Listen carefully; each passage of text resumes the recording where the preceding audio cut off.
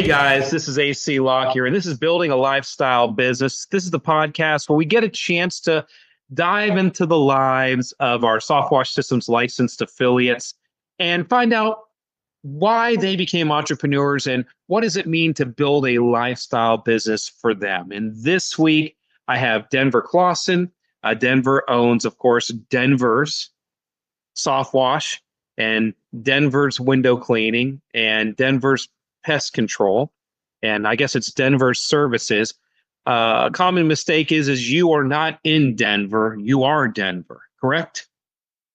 Yeah, every year we get at least 2, sometimes more calls from Denver, Colorado, and they tell us their address. They want their windows cleaned or their house washed, and it's not uncommon. And then when they're done talking, then they finally find out we're in Manitoba, Canada, and they feel embarrassed, but it happens every year. Yeah, I know we have somebody in our network that is Tiki's Softwash, and before they were Tiki's Softwash, they were calling themselves, I forget what the name of the main island is out there, but they named themselves Honolulu Softwash, or it was something like that. I can't remember exactly what. And I went, oh, stop, back up the bus. I said, you guys are in California, right? Are like, right. I said, people are going to be looking up cleaning their homes and they're going to see Honolulu Softwash or on Hana Softwash, I think it was. And they're going to think that by accident, somebody from the islands is showing up on California. They're not going to call you. And I said, you need to change your name to where, it's still Hawaiian, but it's not a location. And so we rebranded them because they had this really good kind of tiki statue caricature in their logo. And I said, well, that just needs to be your little dude that you put on everything. He's Tiki. And they went, yeah, he's Tiki. And I went, you're Tiki's Softwash. And so now they're not named after a location, but in your case, your name is also a location. So I'm sure that gets a little confusing. Hindsight is 2020. I wish we would have been a little more creative. I didn't know too many creative businesses until we joined the network, and we ran into all kinds of different Softwash companies. So hindsight, I wish I would have done things a little bit differently. What's crazy for me is I have named 85 to 90% of the companies that come through, especially the ones that don't have a name. They're starting out with us completely fresh. And it's hard to come up with that many names because, we've launched over 1,000 brands in the last 10 years. Yeah. And they're catchy. I love the logos. In my area, there's not too many people that have wraps. Mm-hmm. And the creative names. There's not too many. There's a lot of Jim's Plumbing. There's a lot of like first name and the service. Yeah. A lot of that, but full wraps and catchy logos and catchphrases. It's not too popular here. But it makes it tough. Makes it a little tough that one day, if you ever want to sell your company, you have to find somebody named Denver to buy it. Yeah. I thought about rebranding and wondering what would be involved in that, but I haven't gotten too far in that. Yeah. Well, I'm mostly teasing you. I mean, there's a lot of people that buy things like, Denver Softwash, and then their name is Bob. And when somebody calls and asks for Denver, say, yeah, well, Denver used to be the old guy that owned it. I'm Bob now. And they still keep it the same, but that's pretty cool. So tell me a little bit about yourself, man. I mean, you're up there in Canada and you're not on the state side, and things are a little different up there, and especially with your season and everything. But before we get into the business side of this, tell us a little about yourself, your family. Your sons are involved in the business, I know. Give us their names. But tell me about what you guys like to do and what life is like up there in Manitoba, Canada. I live in a little town called Steinbach, Manitoba, Canada. We're about 45 minutes southeast of the capital city, Winnipeg, which is a large part of our market area. Mm-hmm. I'm married. My wife, Tammy, is our office admin, and she's also a kindergarten teacher. So she does 2 jobs. And I've got 2 sons. My oldest son is Tanner. He's our territory manager, head of sales, and he's getting more used to that. He's a people person. He loves people. He's got a good heart. And my youngest son, Tanner is 23, and my youngest son is 20. His name's Connor. He was involved in the business until last year. He was our soft wash lead and also did sales, and did a lot of our training as well. But he gave me his notice at the end of last season. He says, I'm not coming back this next season. And so he's not with us anymore. He's working for a company called SuperTech. Oh, wow. SuperTech University with Eric and Larry. And as far as what we like to do as a family, we don't get a lot of vacation time because my wife's a teacher. She's got that school season. Right. And soft wash is the other season. It's school is September through winter all the way to June, or soft wash is April or May, depending on the weather, all the way to October. So it crosses kind of overlap. So our weekends or Christmas break pretty much are our vacation time. And so what we like to do is my in-laws had a cottage for 20 years at a lake. So our weekends were our vacation time. And that cottage sold about a year and a half ago. Oh, no. But they had an empty lot. So right across the road from their cottage. And so we moved an RV in. So we still get to go to the lake, but now we have an RV. And we spend our weekends there. Well, that's cool. Yeah. As a family, we love to go fishing and just spend time together. So what was part 2 of the question? I don't Just you're doing really good. Just trying to find out who you are, not what your business is, but who you are. Your family, you know, like you just mentioned, you like to go to the lake house, and you had the lake house, but they sold it, so you got the lot across the street, put your RV on it. I will say this is, you know, I kind of joke about this all the time, that you can tell how good of a salesperson the guy is by how well he married and if he married up or not. And I got to say, man, you must be a pretty decent salesperson, because I think you married pretty well. I think I did too. Yeah. I think I did too. In fact, I know I did. My wife's got she's got a good heart. She takes care of me, takes care of our sons. And it's not easy for her to run her classroom. Right. And then operate the company through the admin part. It's a lot of stress. So I did marry up. I got a great set of in-laws. We get along, and they pretty much share everything they have, and it's amazing. So I've been very blessed. And then having 2 sons that follow the Lord. Yeah, God's been good. God's given us a lot of blessings, some trials, which is what we learn through. But I definitely can't complain. I'm very grateful for what's going on in my life. Hey, and if he did complain, he'd make you wander around the desert for 40 years. Probably. What I don't like is I don't like learning by trial and tribulation. But that's right. But we have to go through that to learn, and I've learned a lot over the years. It's like the standing joke in kind of the Christian circles is, don't pray for patience. I've done it. I've been warned against it. Because God will give you a struggle in your life. He'll give you a thorn in your flesh to help you become patient. Yeah, and we don't necessarily want to do that. Well, that's cool. And so, have you always owned your own business? Have you always been an entrepreneur, or did you have a job at one time and there was a transition? Tell me about, you know, these years. You know, we get married, we start families, we have to support them. Give me the backstory. Like most people, I was raised to get a good job. I was raised to get do good grades, get a career. I started in a mechanical field, like car mechanics, and that didn't go well. But I didn't enjoy it. But my dad was into long distance truck driving, so I then got my license and I became a truck driver for a couple of years. Okay. And so I have my class 1 permit, and then from there I went on to back to the automotive field, and I did customer service there in the service department. Sure. Did that for a while. Always knowing there was something else I needed to do, and I thought trucking was it again. So I went back, but I went to the office as a customer service rep and then dispatch for a large trucking firm. So and I did that for almost 10 years before I started window cleaning. But for 6 of those 10, I didn't enjoy where I was. I was just constantly, something was just nagging at me, pulling at me. I needed to do something for myself, start a business, just get something going.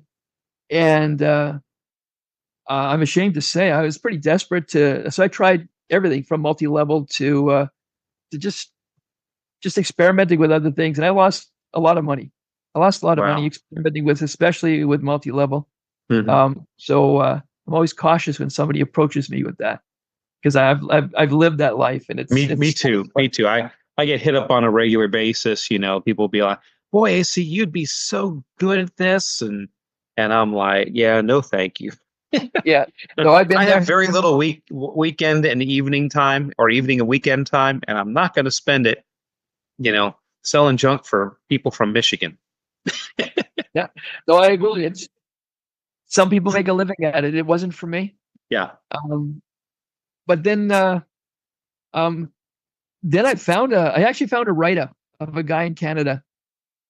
I don't know how I stumbled across it. His name was Gary Hamilton. He's an Irish guy who was an immigrant to Canada, and he wrote his story. He told his story to a newspaper, and that just intrigued me. He came out here on vacation, saw the need or the opening for window cleaning. Right. And he actually apparently booked jobs, and he was an immigrant. He couldn't, I mean, he was a visitor. He couldn't even work. But he booked jobs before the winter. So he said, it's too cold now. I'll come back in spring and we'll do it. We'll take care of these contracts. Over the winter, he got his work permit, came back, did the job, and the rest is history. He owns a company called Alpha Window Cleaning now, and I believe last I checked was Montreal. Wow. Yeah. I tracked him down, had a long conversation with him. And that's how I got started in the window cleaning service industry. And from there, we started with a bucket and a squeegee, and moved on from there. Interesting. So I know a lot of people that are in the window cleaning business, of course.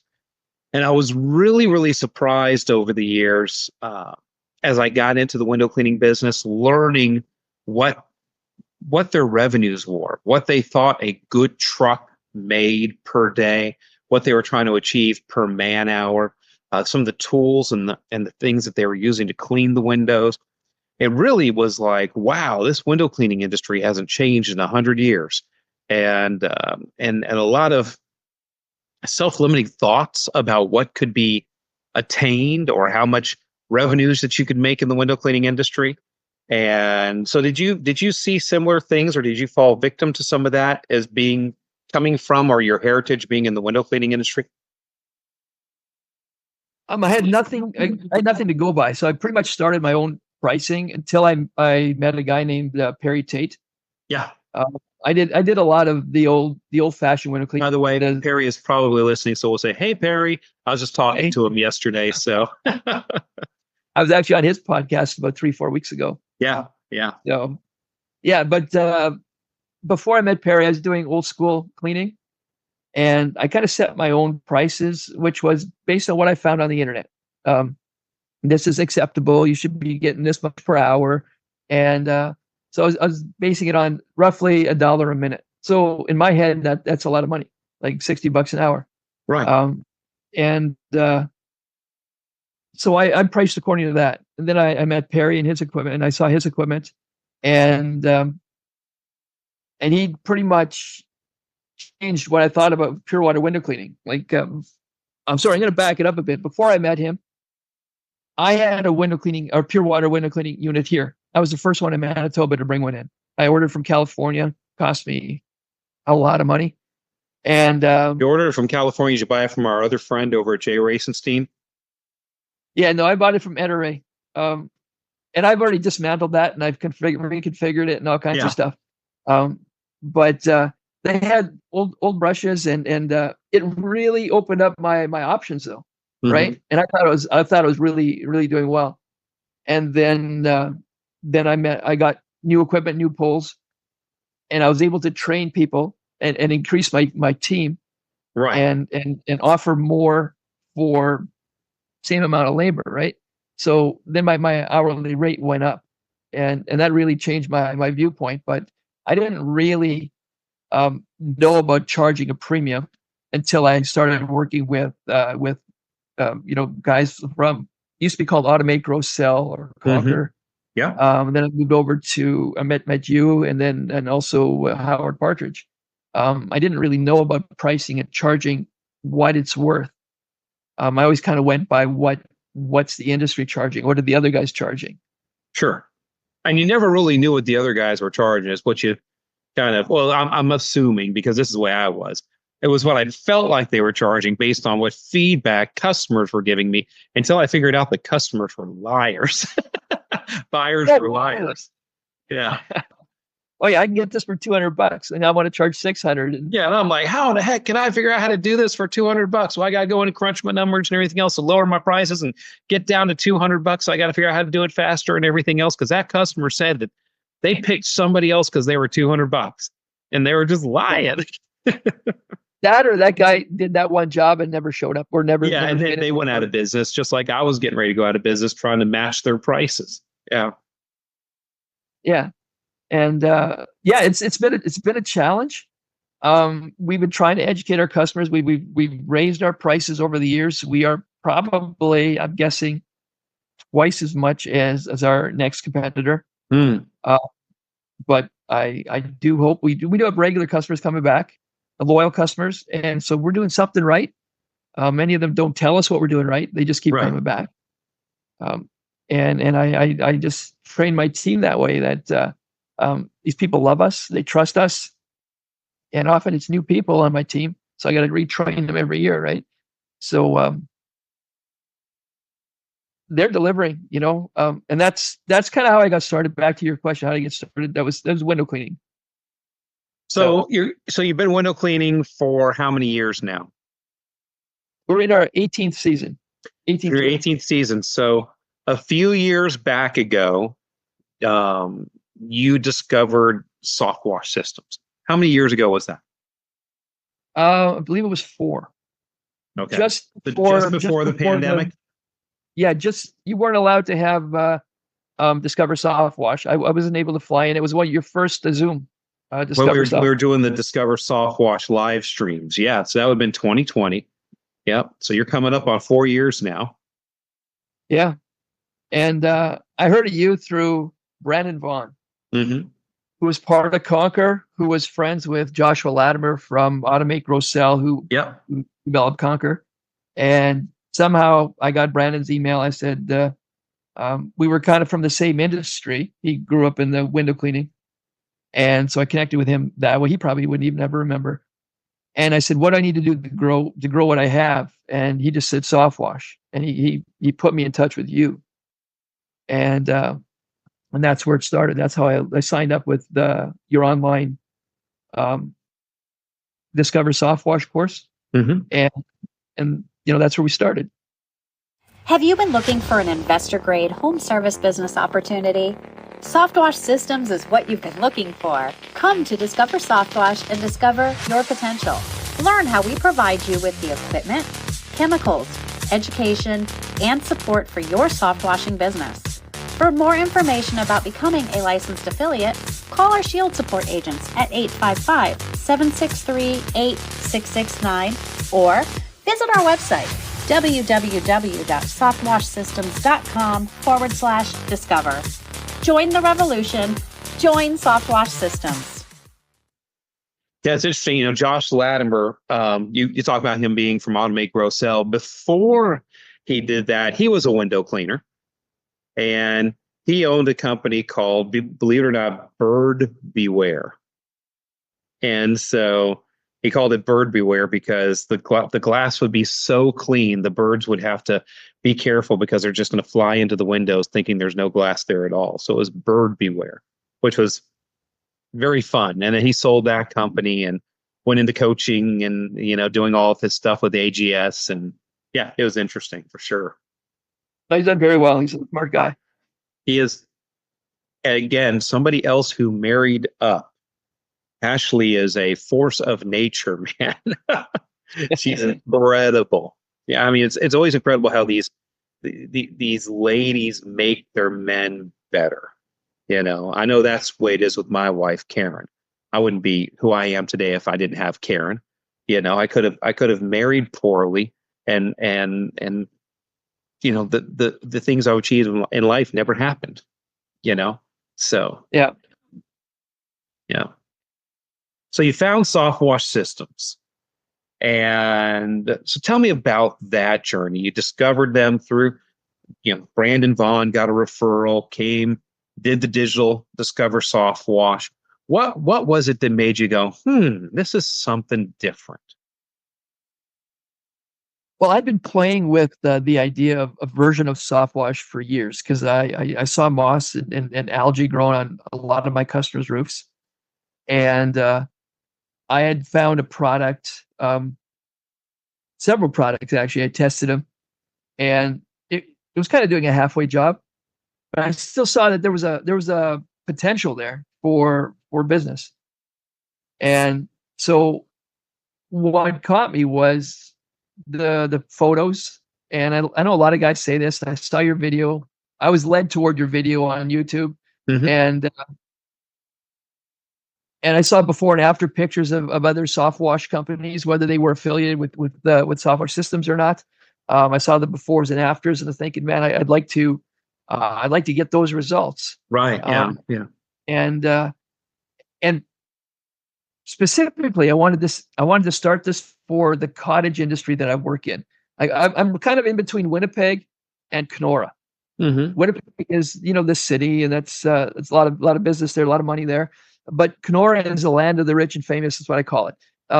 We have people from all over the world that buy cottages there, and whether it's private islands on the lake or road access cottages. These are like $1 million plus $10 million cottages. Right.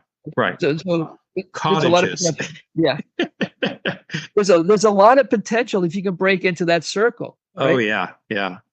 And it's a very famous lake. Go ahead and say the name of the lake. It's Lake of the Woods. Lake of the Woods. We all heard about Lake of the Woods all of our lives. There's a neighborhood here in Seminole County called Lake of the Woods.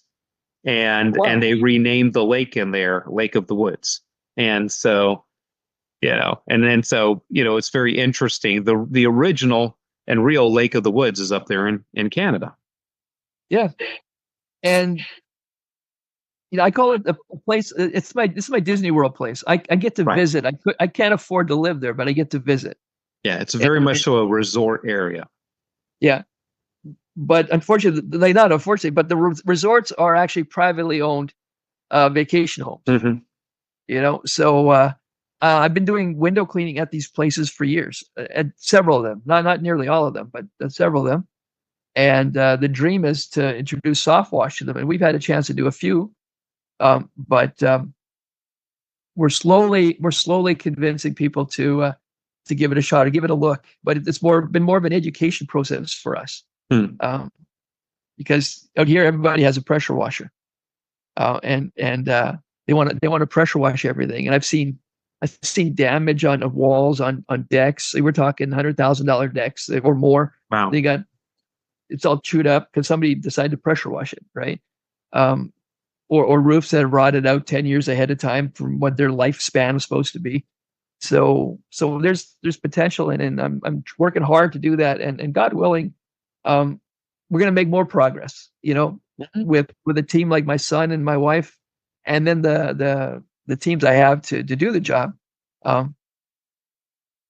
We're slowly making progress. People are slowly, talking to us more and more about soft washing, and that's becoming our next service.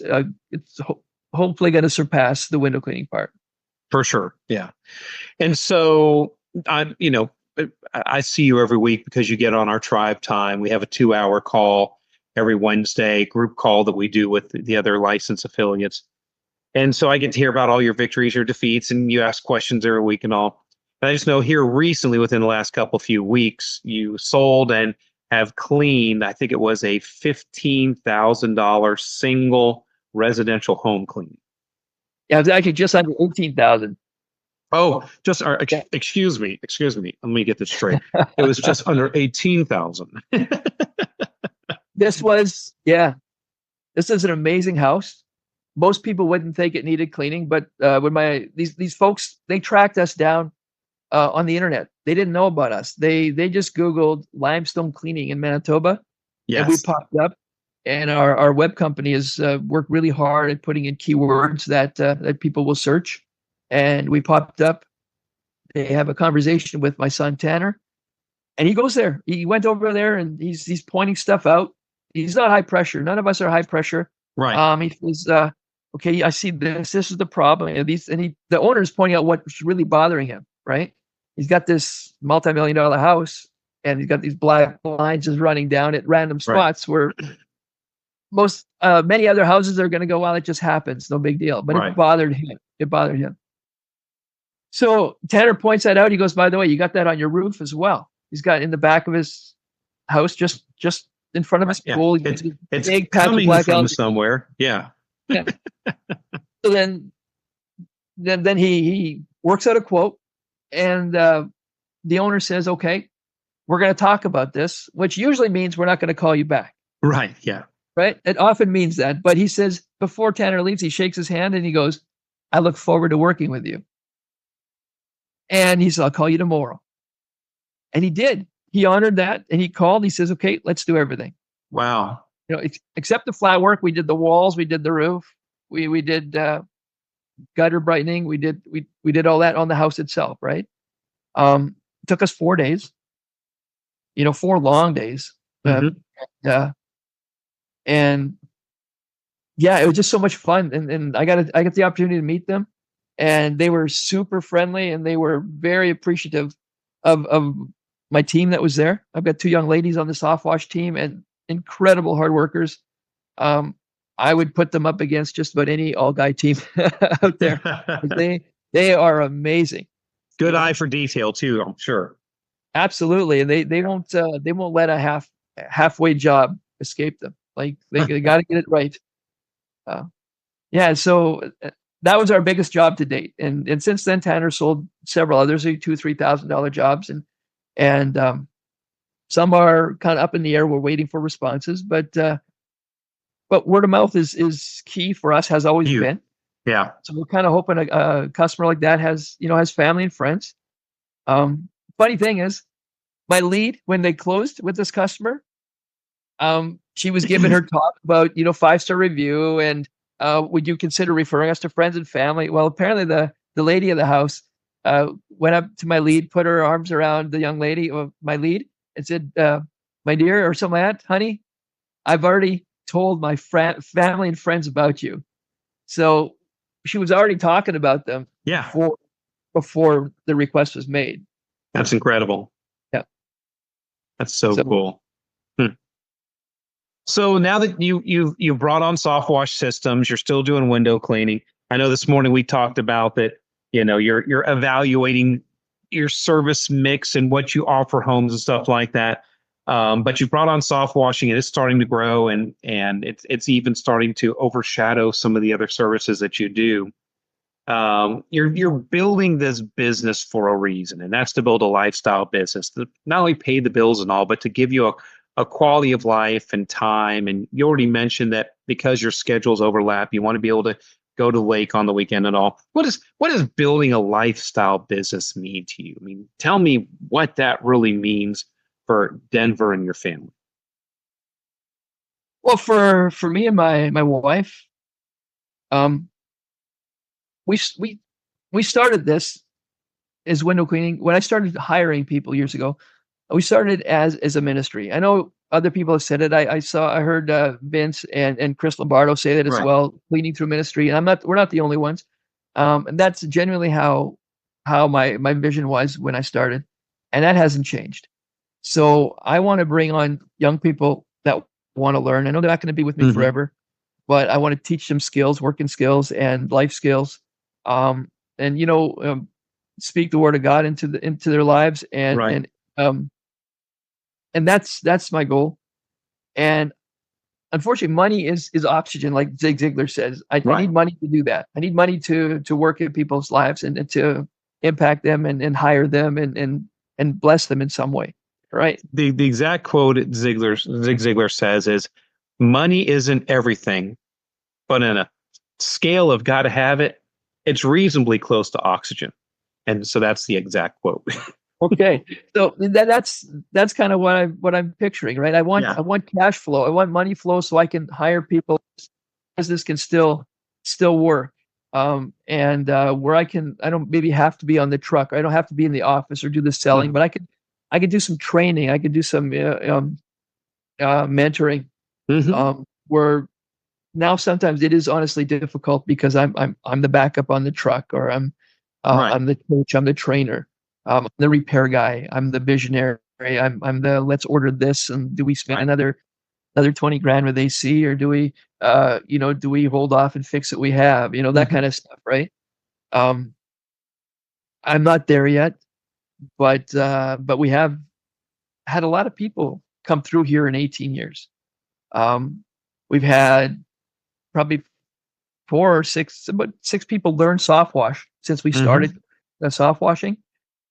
And, they've gone on to other things, but we've had probably, I'm guessing, about 20 other people over the years, 20, 30 other young people just come through here and learn how to do things. And each one of them, I pray with them unapologetically. And we talk about the Lord, we talk about my faith.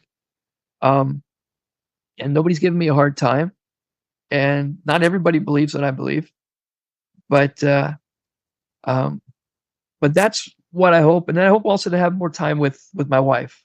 As being a teacher, if we can afford it, she can retire from teaching with a full pension at 55. Right. And I won't say her age now, but that is, she's 29. There you go. But that's also a possibility if the company could sustain itself and support us and give us an income. That would be a possibility of her being able to retire from teaching. Then and then we can just focus on this, or just spend some time doing other things, that like even some travel. But yeah, this has been our main focus. So as you look at now building this business and all, you still have your one son involved in the business. Your other son may come back one day. I don't know. But where do you see this thing in 5 years, 10 years? Where do you see this business growing to? Well, I see it. Winnipeg's not that big. So I see it as... what is the population of the greater Winnipeg area? I'd be guessing here, it's probably about 1 million people. Okay, well, that's pretty good size. Yeah. Yeah. So certainly you could achieve all of your life's goals and dreams servicing that area. Yeah.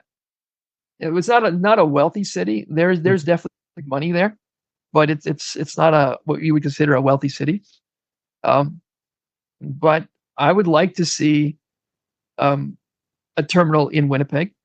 Right now, we set a Steinbach off my yard, and I'd like to see a terminal in Winnipeg with 2 trucks, and I'd like to see a full-time service, soft wash service in the Kenora, in the Cottage area. Yeah, because there is potential there, but that means developing a boat system that I can get to the islands.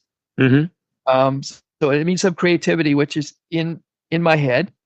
We did have a request for a quote from somebody on an island, but it was just way too much. We had to barge the truck out there, and that was going to be thousands of dollars more than what he was willing to spend. Sure. So there's potential, but it needs some thinking, some thought process, and that's my idea for Manitoba. And I've got family outside of Manitoba that, I've often thought about spreading it to other provinces, because we're the only ones in central Canada that does this. Wow. You have somebody in British Columbia. Yep. We've got a lot on the west side. I think we got 1 or 2 on the east side. Yeah, but I'm the only one in central Canada. Yeah. And so there's a lot of potential, but you have to have the right people in place, and finding those people is going to be key. Yes.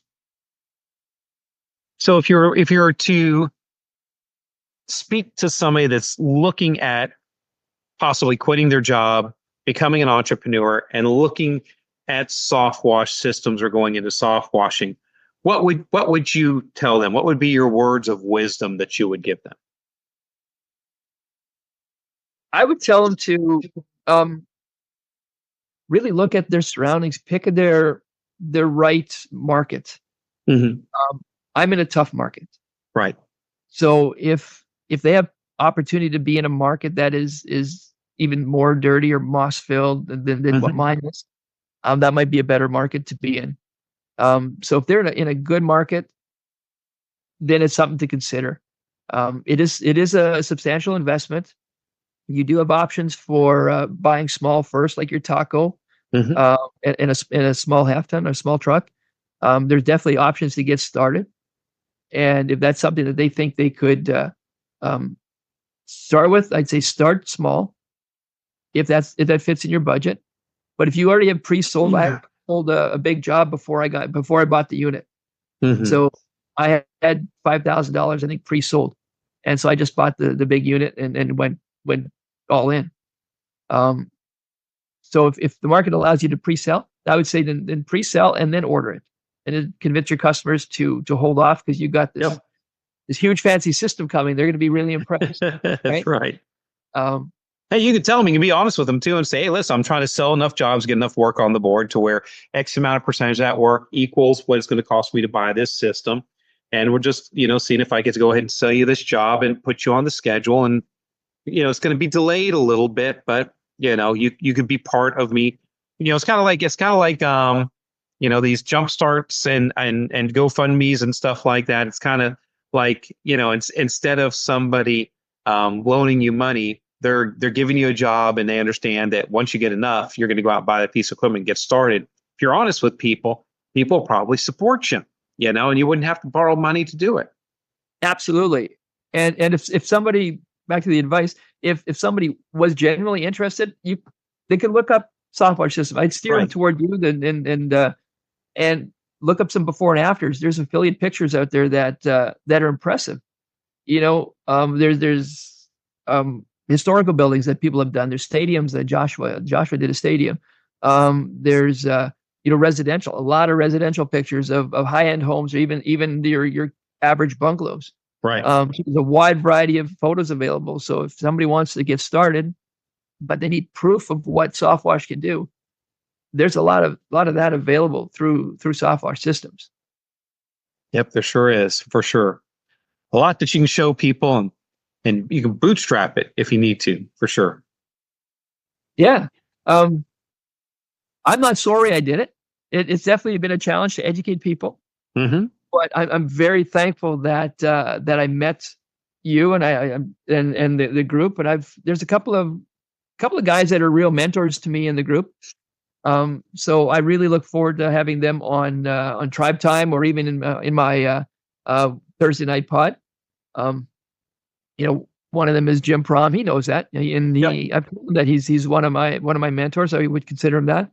And another guy that's been a real encouragement to me is Jeremiah Gibson. Yes.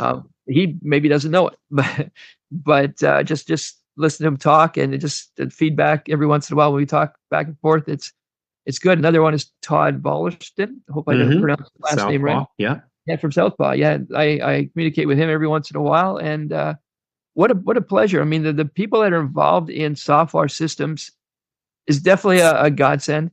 It's the encouragement, the teamwork, the trading of ideas, how to get things done. Let's say I have a challenge that I don't know how to do. I'm pretty sure somebody in Softwash has come across something similar. So just to put the note out there on the group chat, say I got this challenge. Can I get some advice? That is so valuable. It really is. Well, that's cool. Well, listen, I'm glad you're doing well. And of course, we get to see each other every week when we're on Tribe Time together. And you mentioned some great names like Jeremiah and the other guys. And, Jeremiah has been certainly inspirational lately because, he's another guy with a window cleaning heritage. Because of his disc personality style, he's a lot more conservative and a lot more cautious on things.